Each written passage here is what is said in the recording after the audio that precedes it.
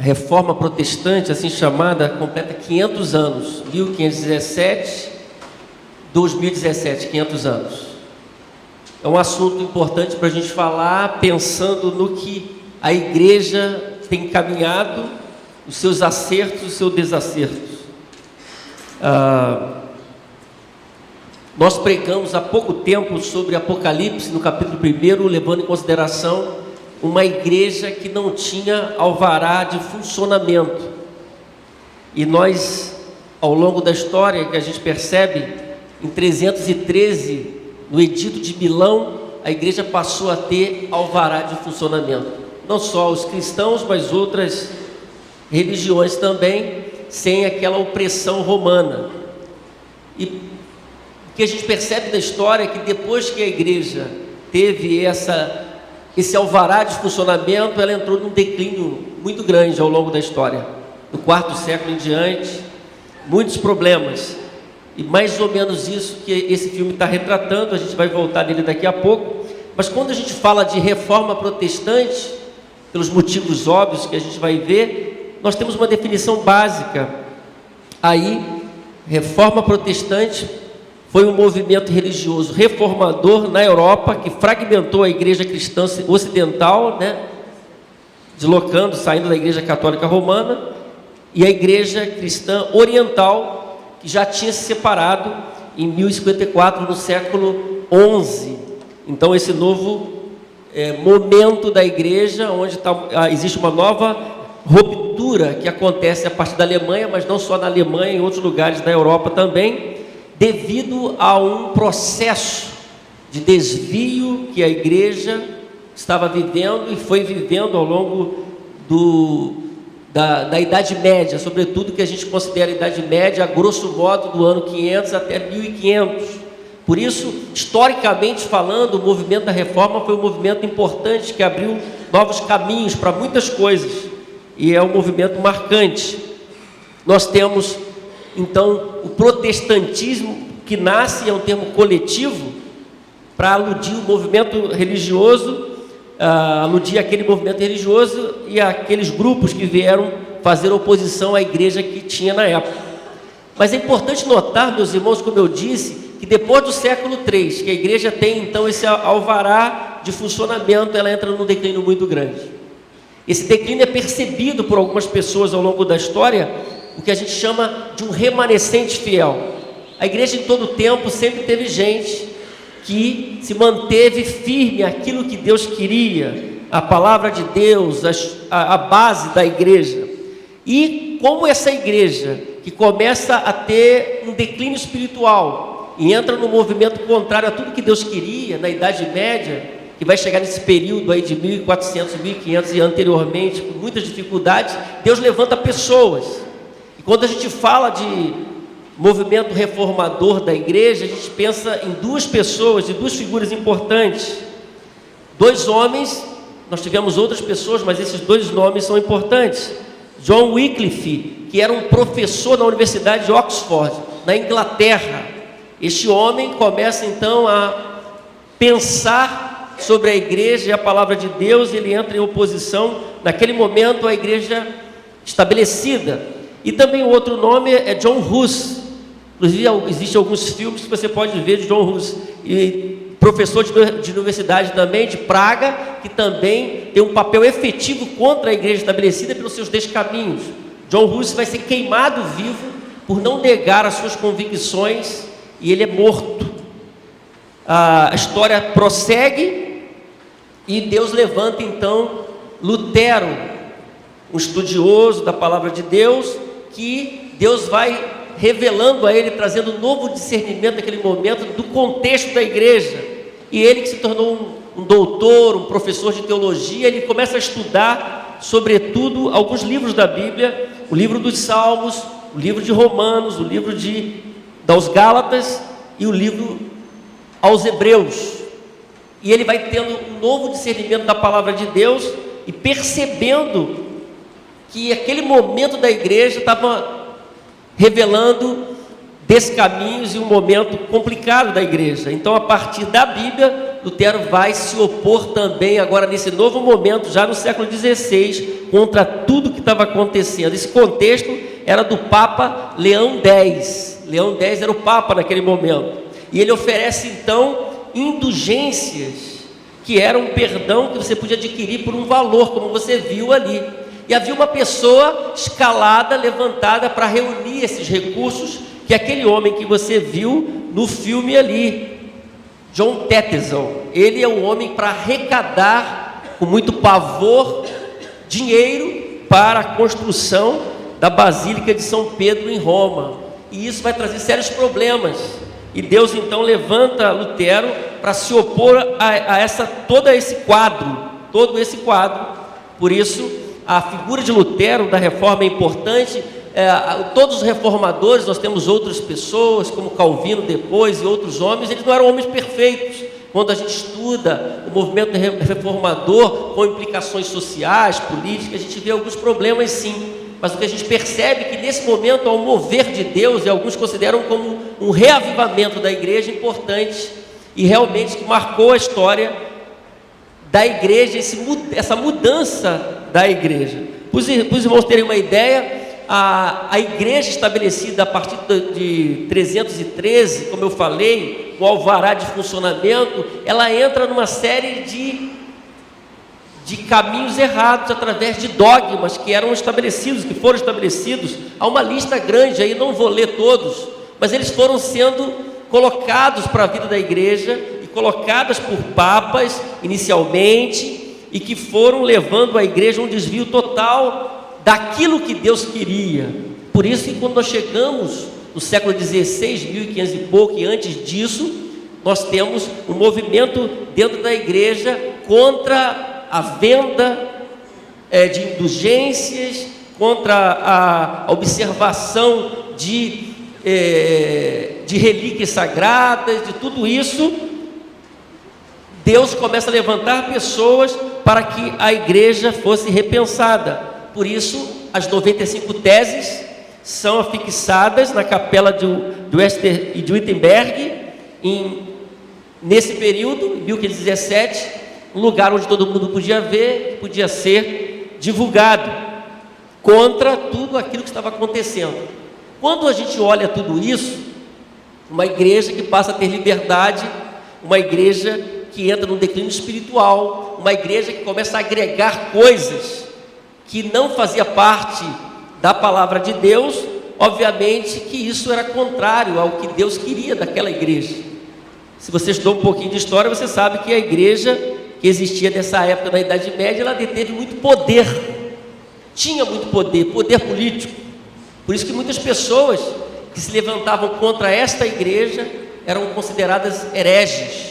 Por isso John Hus morreu queimado, sem negar as suas convicções. Mas Deus levantou muitos homens, e por fim Lutero levanta uma bandeira mais forte e estabelece o início de um movimento reformador em toda a Europa. Esse assunto é muito importante para nós e muito atual para a gente conversar diante do que a igreja está vivendo hoje. Então nós temos, a partir daí, mais ou menos 100 anos depois, alguns slogans lemas que foram criados sobre a reforma, pontos importantes chamados de solas na linguagem do latim. Mas esses temas são tão atuais hoje, nós precisamos conversar. É um assunto tão atual que nós precisamos conversar. A igreja de hoje, sobretudo a igreja brasileira, tem entrado em alguns desses caminhos também. Muitas igrejas estão se desviando daquilo que deveria valorizar, daquilo que deveria abraçar, e agregando coisas que a palavra de Deus não autoriza, não apoia. Não é isso, um distanciamento do evangelho. A pergunta que nós precisamos fazer, meus irmãos, falando sobre esse assunto tão importante,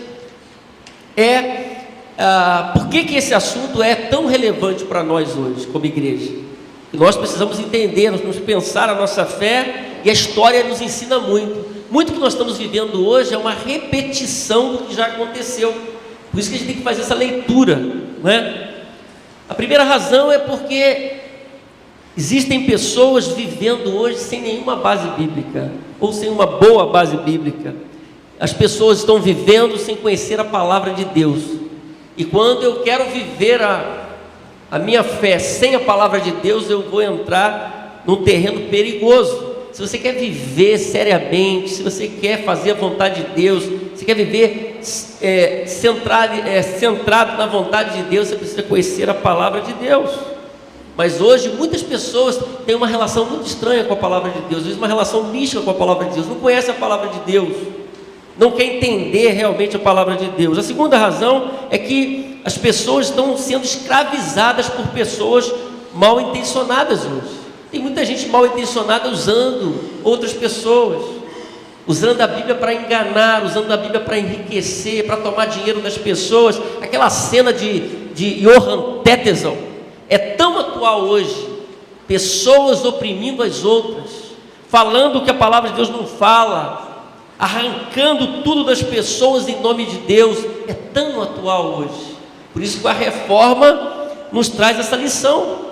Nós devemos entender o que Deus fez naquele momento, o que Deus quer fazer, porque Deus trabalha o tempo todo. Mas existem pessoas escravizadas também hoje.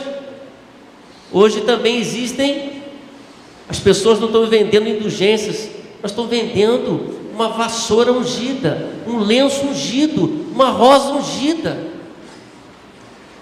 a camisa do apóstolo ensanguentada. E as pessoas estão acreditando nisso. Isso é lamentável. E chega a ser pior, é repugnante ver isso, as pessoas enganadas. Hoje outras querem ser enganadas. Flores ungidas estão sendo vendidos praticamente. Portais abençoados, que eu passo embaixo, deixo uma oferta e saio, sou abençoado. As pessoas estão sendo enganadas. Por isso que esse assunto é importante. Terceiro, porque as pessoas estão inseguras em relação à salvação. Naquele tempo, as pessoas queriam tranquilidade. Se comprassem um papel dizendo que isso garantia a sua salvação futura, ou os entes queridos que estavam no purgatório, que é uma doutrina que não é bíblica, um lugar que não é céu, não é inferno, que eu posso sair se alguém der dinheiro à igreja. Naquela época o pensamento era esse, eu podia sair. Então, se o meu ente querido tivesse morrido, se eu comprasse uma indulgência, eu podia salvar aquela pessoa que estava lá, ela podia ir para o céu. Olhe só, irmãos, aonde nós chegamos e como que nós precisamos pensar nisso, como esse assunto é importante. A Bíblia tem respostas bem firmes para nós sobre a nossa salvação, sobre o caminho da salvação, sobre o desenvolvimento da nossa fé. Uma coisa importante que nós precisamos pensar, nós temos falado muito aqui, é que a nossa visão bíblica, teológica, ela afeta a prática. Então a minha visão de Deus, da palavra de Deus, de Jesus, vai afetar o desenvolvimento da minha fé. Eu tenho que ter uma boa visão da palavra de Deus para ter uma vida, um desenvolvimento sadio da minha fé. Essas coisas precisam andar juntas. Por isso que nós nos esforçamos como igreja a ter uma boa visão bíblica, teológica, correta, para desenvolvermos uma vida correta, saudável, frutífera e para a glória de Deus. Pensando nisso tudo, então a gente pode resumir que Deus levantou uma igreja que foi perseguida, foi maltratada, é o retrato do Apocalipse, uma mensagem de esperança para quem está morrendo. Essa igreja passa a ter liberdade dentro de um império poderoso, que é o Império Romano. Ela ganha poder, os seus líderes têm um status político agora. Essa igreja se perde biblicamente na sua prática, ela agrega tanta coisa que não deveria agregar, e Deus levanta pessoas para que essa igreja fosse repensada e voltasse novamente para o propósito de Deus. É o que a gente pode resumir. Quando a gente está falando sobre os slogans, hoje a gente quer falar sobre o primeiro, somente a Escritura. Somente a Escritura. Quando a gente pensa nisso, meus irmãos, a gente lembra que o nosso Deus é um Deus que se revela. Nosso Deus se revela. Tem dois textos importantes que mostram isso aqui, que eu quero ler com vocês. Primeiro, o livro dos Salmos e o profeta Ezequiel. Olha só. O Senhor anunciou a sua vitória e revelou a sua justiça às nações. O Senhor anunciou a sua vitória e revelou a sua justiça às nações. O profeta Ezequiel diz: assim mostrarei a minha grandeza e a minha santidade, e me farei conhecido de muitas nações, então eles saberão que eu sou o Senhor. A Bíblia é a história da revelação de Deus e é uma história da revelação que é gradativa. Quem já leu a Bíblia toda percebe que a noção que as pessoas tinham nesse momento do profeta Ezequiel era uma, a noção que as pessoas têm da igreja em Atos dos Apóstolos é outra. É um processo de revelação. Mas nós aprendemos também, olhe para cá, que Deus teve duas maneiras principais para se revelar, para se descortinar. Deus se revelou por meio da sua criação, a gente chama isso, pode pôr para mim, de revelação geral. O texto de Romanos diz isso, o Salmo mesmo diz isso, que os céus manifestam a glória de Deus, toda a criação revela a Deus, anuncia e glorifica a Deus. Então Deus se revelou na sua criação. Nós olhamos e vemos a explosão, variedade, cores. Deus foi muito perfeito, Ele foi perfeito em tudo que fez, Ele se revelou na criação. Mas a criação não é Deus, a criação é a manifestar de Deus e da bondade de Deus, com vistas ao ser humano, ao homem que Ele criou. Deus se revela por meio da sua palavra, Deus se revelou por meio da palavra, revelação bíblica. Pedro disse que acima de tudo, porém, lembre-se disso, ninguém pode explicar por si mesmo a profecia das Escrituras Sagradas, pois nenhuma mensagem profética veio da vontade humana, mas as pessoas eram guiadas pelo Espírito Santo quando anunciavam a mensagem que vinha de Deus. A revelação é a mostra da ação divina de uma forma mais prática. Deus então vai inspirar homens, cerca de 40 pessoas, para registrar a sua revelação, e hoje nós temos a inspiração, o Espírito Santo nos ajuda a entender a revelação. Esse ponto é muito interessante para a gente aprender, relembrar. Deus se revela através da sua palavra, palavra de Deus. Agora Deus se revelou de uma forma muito especial, que a gente chama de revelação especial. Por isso, Jesus é a revelação especial de Deus. Se eu não consigo enxergar na criação, nas palavras proféticas ditas e registradas, eu tenho que olhar para Jesus e ver que Ele é a revelação maior do Pai. João diz: aquele que a palavra tornou-se carne, viveu entre nós, vimos a sua glória, glória do unigênito, vindo do Pai, cheio de graça e de verdade. Jesus tabernaculou entre nós, a visão do Antigo Testamento, do tabernáculo da glória de Deus. Agora João usa essa ideia aqui, que Jesus tabernaculou entre nós. Eu olho para Jesus e vejo a glória de Deus. O próprio João disse: ninguém jamais viu a Deus, mas o Deus unigênito, que está junto do Pai, o tornou conhecido. Deus se revelou em Jesus. Hebreus, esse texto lindo, há muito tempo Deus falou muitas vezes de várias maneiras aos nossos antepassados por meio dos profetas, mas nesses últimos dias falou-nos por meio do Filho, a quem constituiu o herdeiro de todas as coisas e por meio de quem fez o universo. Então nós precisamos lembrar e guardar em nosso coração que Deus se revela. Deus se revela através da criação, Deus se revela através da sua palavra e Deus se revela através de Jesus. Deus é aquele que se mostra, Ele se mostrou. Nós não poderíamos conhecer nada de Deus se Ele não se revelasse. E nós aprendemos isso na palavra dEle. Quando nós estamos falando de somente a Escritura, porque Deus se revelou através da sua palavra. Hoje eu queria pensar a partir desse assunto do texto de Hebreus 4:12. Olhe lá, vamos ler juntos? Pois a palavra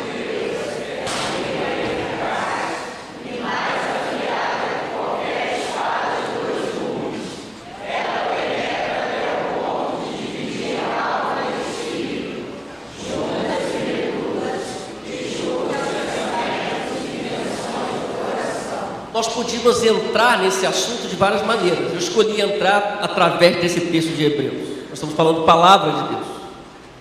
Para essa igreja, a palavra de Deus é algo muito valioso, muito precioso. Nós amamos a palavra de Deus, nós valorizamos a palavra de Deus. E a pergunta que a gente pode fazer para esse texto é: por que a palavra de Deus deve ser levada a sério? Você podia responder de pronto. Primeiro, que o texto diz que ela é viva. O texto diz para a gente que a palavra de Deus é viva. Algumas pessoas, elas têm crise sobre o artefato que traz a palavra de Deus. O artefato é importante. Eu estou com um tablet aqui, com várias versões na minha mão, é palavra de Deus. Você tem um papel, não importa onde ela esteja, seu celular, a palavra é viva. A palavra de Deus, a palavra de Deus é viva. Isto é, ela revela o caráter do próprio Deus. Deus é vivo. Nós estamos celebrando um Deus aqui que é vivo, que está entre nós, que se revela, que se revelou em Jesus, que se revelou através da sua palavra. É por isso que cultuamos a Deus, por isso que demos glórias a Ele, e sabemos que Ele é pessoa, que Ele vive. A Bíblia revela um Deus vivo que está agindo na história. Num dado momento do contexto da igreja, da Idade Média, a igreja se perdeu, porque perdeu de vista Deus e a sua revelação, a sua palavra. Então a palavra de Deus não é algo sem valor, o que o autor está falando, é algo vivo, valioso. Eu não sei como você tem lidado com a palavra de Deus na sua vida, se você tem dado valor. Tem gente que vai viver na sua vida e não dá tanto valor à palavra de Deus, não faz tanta diferença. Se você quer ter uma vida abençoada, e para você não se perder, você tem que dar valor à palavra de Deus, porque a palavra de Deus é viva. Amém, irmãos? Por isso que Jesus, no seu ministério, ele disse em João 6,63: as palavras que eu lhes disse são espírito e vida. Não é o objeto.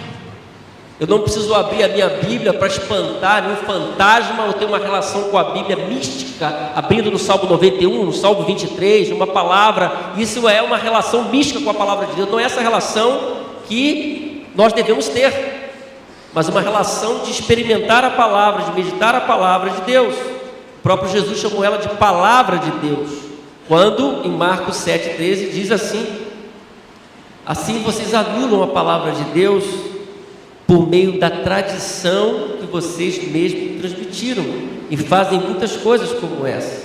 Um pouco disso a igreja naquele momento estava vivendo, e um pouco disso a igreja vive hoje, e nós precisamos entender. Por isso que esse assunto é importante.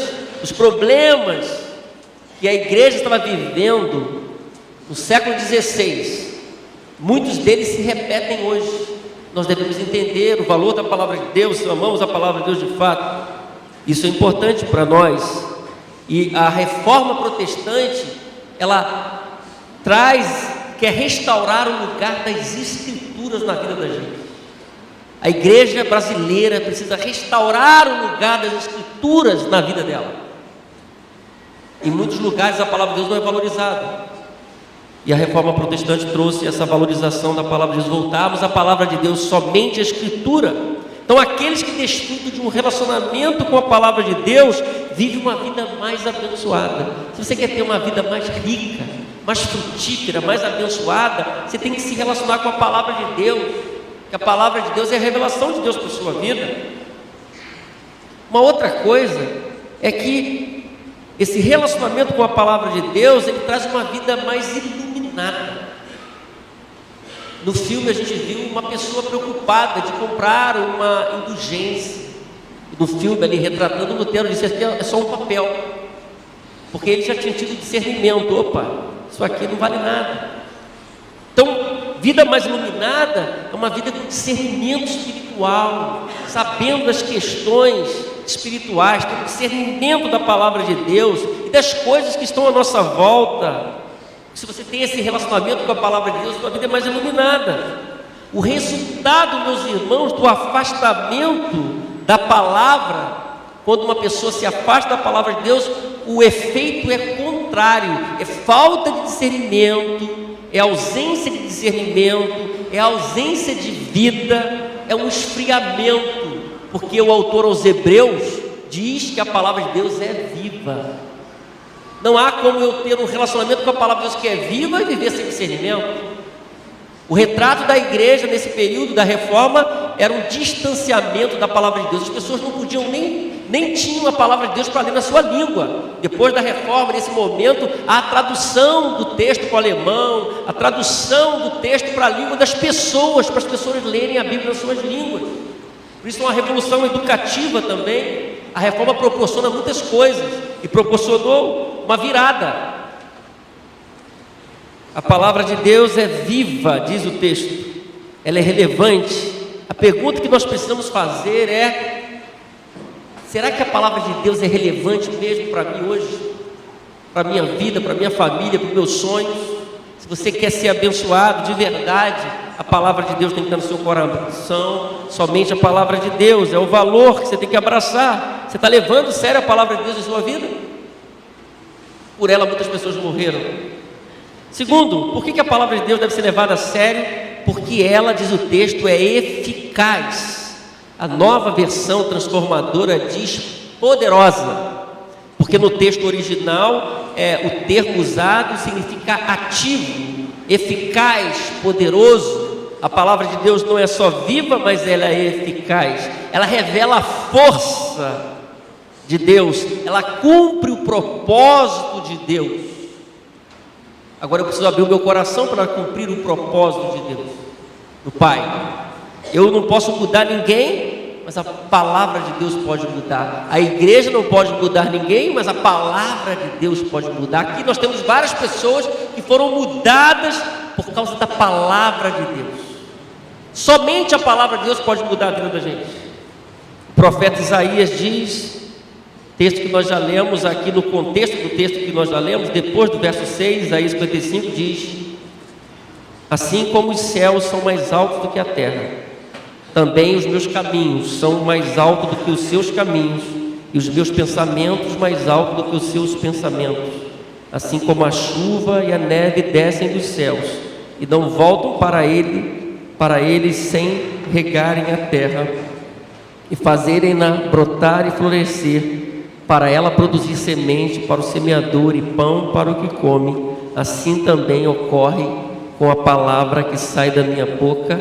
Ela não voltará para mim vazia, mas fará o que desejo e atingirá o propósito para o qual a enviei. Então a palavra de Deus é eficaz, ela é ativa, e aqueles que têm uma experiência com ela passam a ter uma vida diferenciada, dinâmica. Se você quer viver essa vida dinâmica e diferenciada, você tem que colocar a palavra de Deus como prioridade em sua vida. Naquele período a instituição estava acima da palavra de Deus. Homens estavam acima da palavra de Deus. Hoje também é assim. Alguns homens estão acima da palavra de Deus. A instituição está acima da palavra de Deus. E a instituição não promove mudança. Pessoas iluminadas se dizem iluminadas, não promovem mudança, mas só a palavra de Deus promove mudança. Nós pregamos na semana passada sobre o Salmo 95, e o texto disse lá: hoje, se vocês ouvirem a sua voz, não endureçam o coração como em Meribá, como aquele dia em Massá no deserto. O povo de Israel começou a se queixar, porque não estava ouvindo a voz de Deus. A palavra de Deus tem que ser ouvida, tem que ser experimentada. Você está levando a sério a palavra de Deus em sua vida? Quando nós recebemos a palavra de Deus, nós temos que ter uma reação de obediência a ela. Esse é o contexto de Hebreus, de obediência. A possibilidade desse caminho está aí, da desobediência está aí. Esse é o contexto. Leia o capítulo 12 aí que você vai ver, capítulo 4 você vai ver. A possibilidade estava lá. Eu tenho que escolher a obediência e andar no temor do Senhor, a partir, encarando a palavra de Deus como viva e eficaz em minha vida. Amém, irmãos? Por que a palavra de Deus deve ser levada a sério? Em terceiro lugar, porque o texto diz que ela é cortante. A NVI diz: pois a palavra de Deus é viva e eficaz. Ela diz: mais afiada que qualquer espada de 2 gumes. A versão transformadora diz: pois a palavra de Deus é viva e poderosa, mais cortante que qualquer espada de 2 gumes. A Mensagem, que é uma paráfrase, não uma versão, mas nos ajuda a entender em alguns momentos, pela capacidade que foi colocada do autor, ele disse Tudo que Deus diz é sério. O que Ele diz acontece. Sua poderosa palavra é aguda como um bisturi e capaz de cortar tudo. Olha só que linguagem fantástica da palavra de Deus. Então a ideia de que a palavra é afiada é importante. Obviamente que o autor está usando uma figura aqui, a figura da espada que corta. É importante isso, a capacidade que tem a palavra de Deus. Quando nós olhamos para Isaías 42, diz lá o profeta, apontando para frente, Deus fala o tempo todo, e na antiga aliança Ele está apontando para Jesus, Ele está falando: escutem vocês, ilhas, ouçam vocês, nações distantes, antes de eu nascer o Senhor me chamou, desde o meu nascimento Ele fez menção de meu nome, Ele fez de minha boca o quê? Uma espada afiada. Na sombra de sua mão Ele me escondeu. Ele me tornou uma flecha polida e escondeu-me na sua aljava. Nós estudamos o capítulo 1 de Apocalipse, lá está escrito, aquela figura de Jesus. Tinha em sua mão direita 7 estrelas. Da sua boca saiu uma espada afiada de 2 gumes. Por isso esse termo é conhecido da Bíblia. Jesus é aquele que tem a palavra. Jesus é aquele que tem toda a autoridade. Ele tem a palavra sai de sua boca. Tem a autoridade. No contexto romano, quem tinha a espada tinha poder. Diz o texto aqui que da boca dele saiu uma espada afiada de 2 gumes, mostrando a autoridade e poder nesse contexto. Por isso o autor aos Hebreus diz que a palavra de Deus é viva e eficaz e mais cortante do que qualquer espada de 2 gumes, mostrando a profundidade e o efeito da palavra de Deus. Será que ao longo da nossa caminhada nós estamos entendendo isso? Como Deus usa a sua palavra em nossa vida para nos mostrar coisas? Você está levando a sério a palavra de Deus e, sobretudo, você está aberto para o exame da palavra de Deus, que pode observar todas as coisas. O salmista disse na sua oração: sonda-me, ó Deus, porque às vezes a gente não vê tudo. Deus nos conhece completamente, mas nós não. Sonda-me, ó Deus, diz o salmista, vê se há um caminho mau e guia-me no caminho eterno. Nós precisamos fazer essa oração, estarmos abertos ao exame da palavra de Deus, queremos guardar a palavra, e nós queremos dizer também somente a palavra de Deus. A palavra de Deus está em todo lugar da minha vida. Você está sujeito a essa ação da palavra de Deus na sua vida? A igreja brasileira, de muitos, da resposta do IBGE, ela muitas vezes ela está respondendo com alguma ligação cristã, mas ela não está entendendo o valor da palavra de Deus, nem está experimentando a palavra de Deus no seu cotidiano. Deus precisa levantar uma igreja hoje, quer levantar uma igreja hoje que ama a sua palavra, que conheça a sua palavra, que conheça o Evangelho genuíno. Isso vai fazer toda a diferença no nosso país. Nós temos que orar por isso, nós temos que orar por isso, nós temos visto sinais. Deus tem levantado pessoas para anunciar o Evangelho, para tirar da escuridão muita gente perdida, enganada pela religiosidade, pela instituição, pelo engano, por tudo. A palavra de Deus é viva, eficaz e mais penetrante do que espada alguma de 2 gumes. Vamos nos abrir para a palavra de Deus. Isso vai ter um efeito abençoador, somente a palavra. Quarto e último, porque a palavra deve ser levada a sério, porque ela tem um alcance profundo. Aí a gente completa o versículo.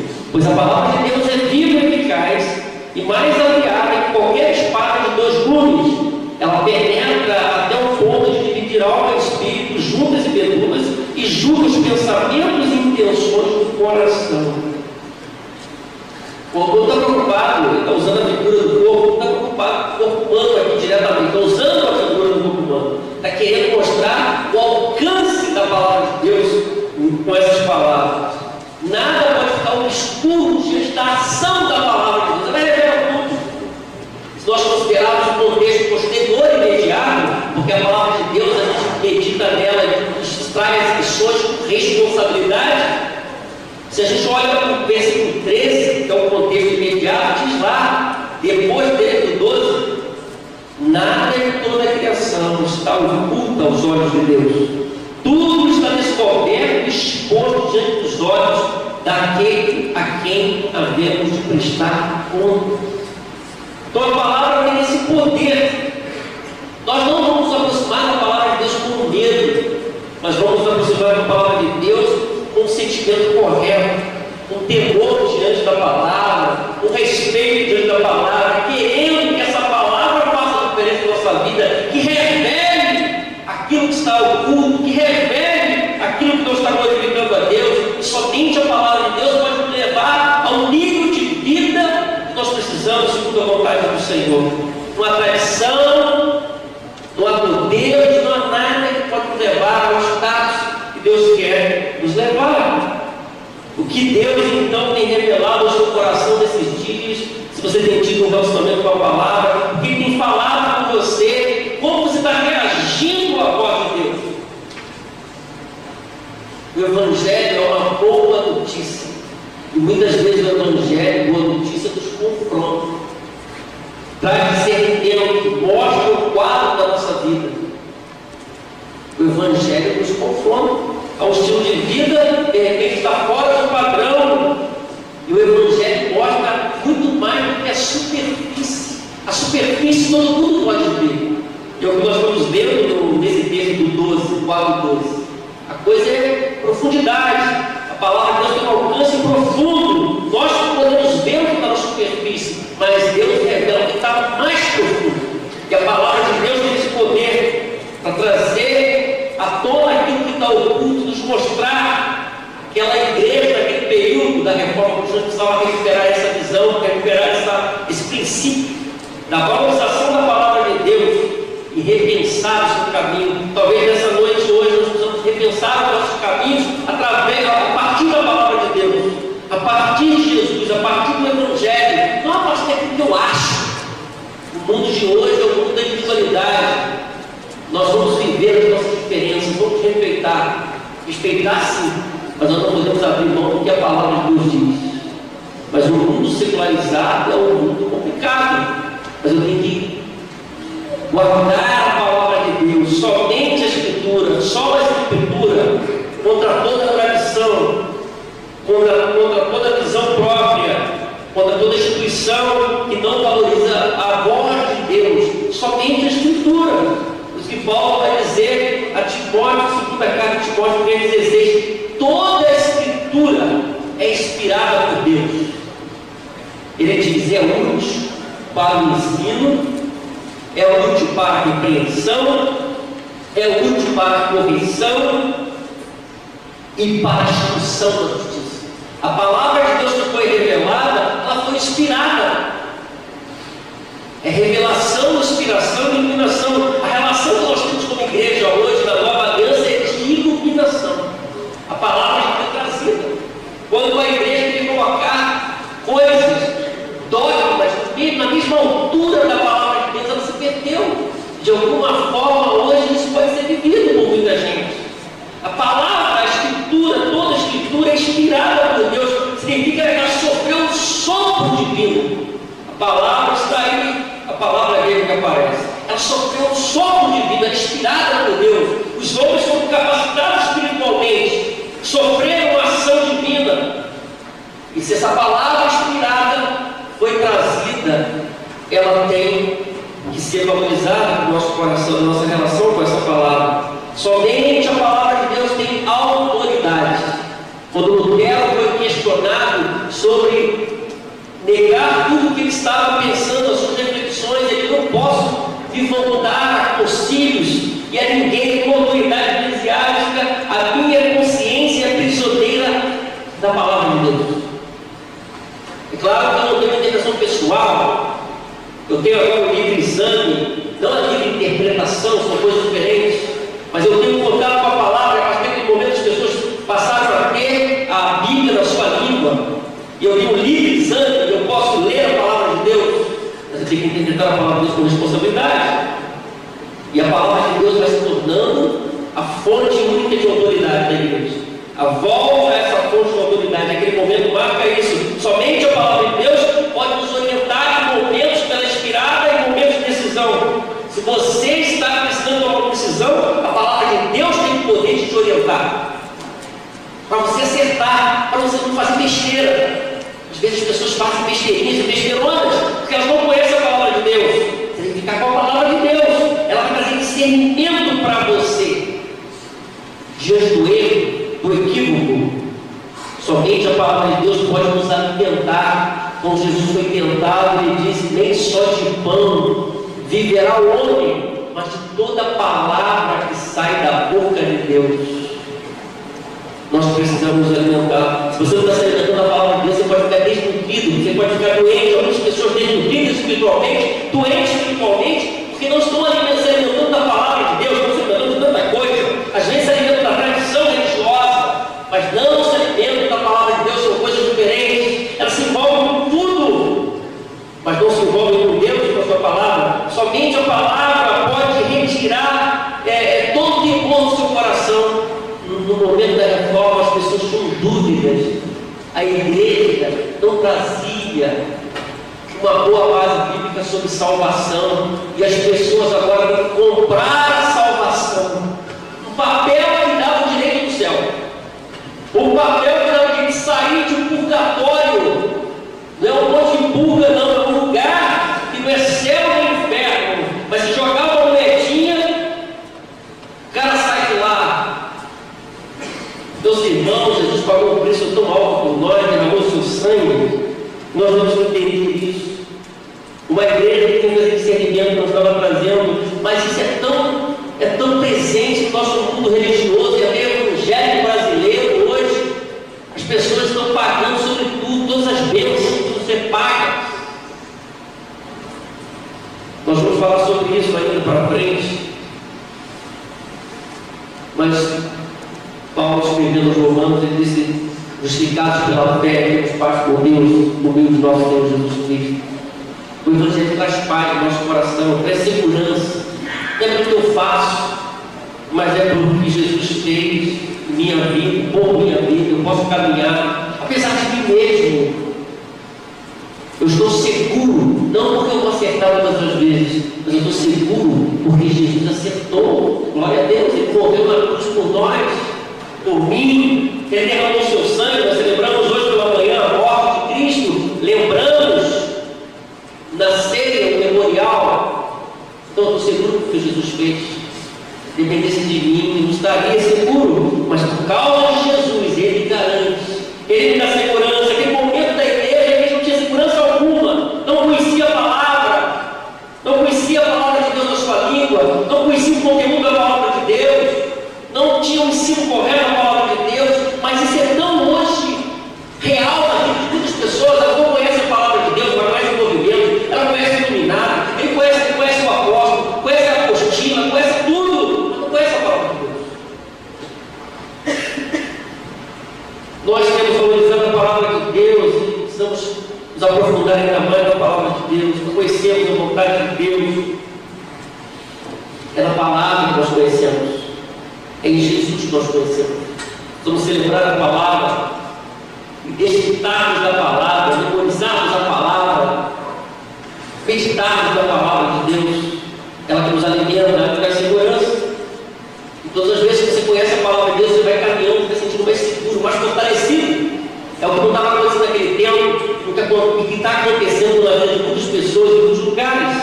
Elas não estão seguras em relação à fé. Não há segurança nenhuma na vida de muitas pessoas. Elas não sabem o amanhã, elas têm preocupações, elas têm medos, mesmo aparentemente dentro de uma igreja ou chamada de cristã.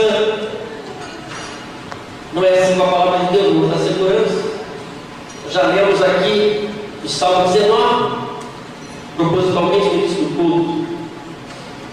Pastor Edson, com vocês, eu quero terminar lendo esses dois versos. Se isso não valer para a gente pode ir embora sem nenhuma segurança. A lei do Senhor é perfeita e revigora a alma.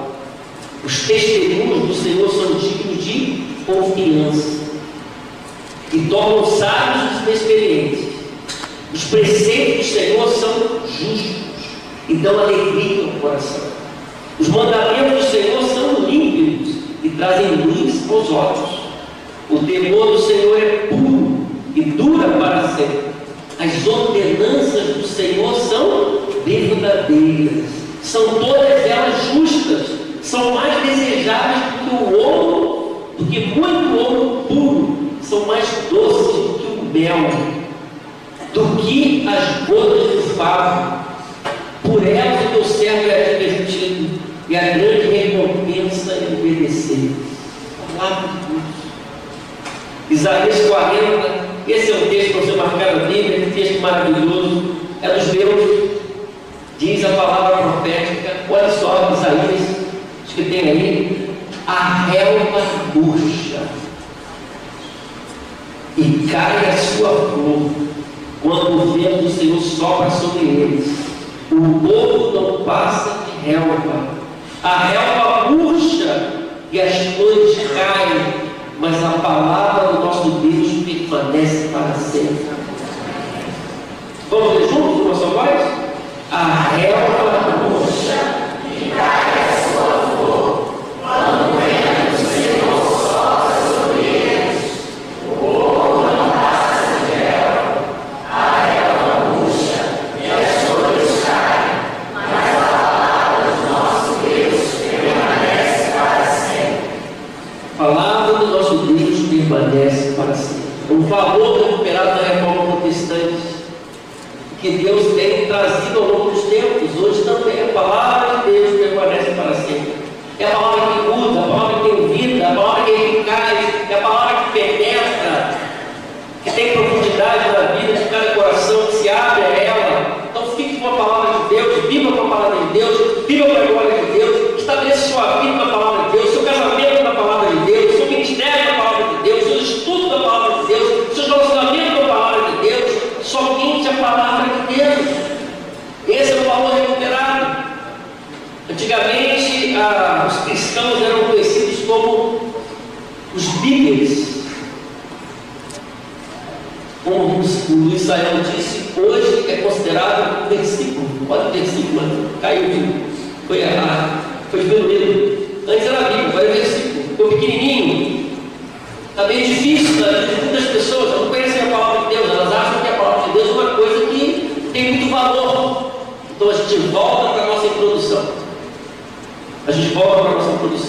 A nossa visão das Escrituras e de Deus afeta a nossa dinâmica de Deus.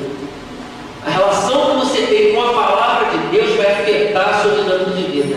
Que tipo de relação você tem com a palavra de Deus? Isso afeta as suas decisões e a sua dinâmica de vida.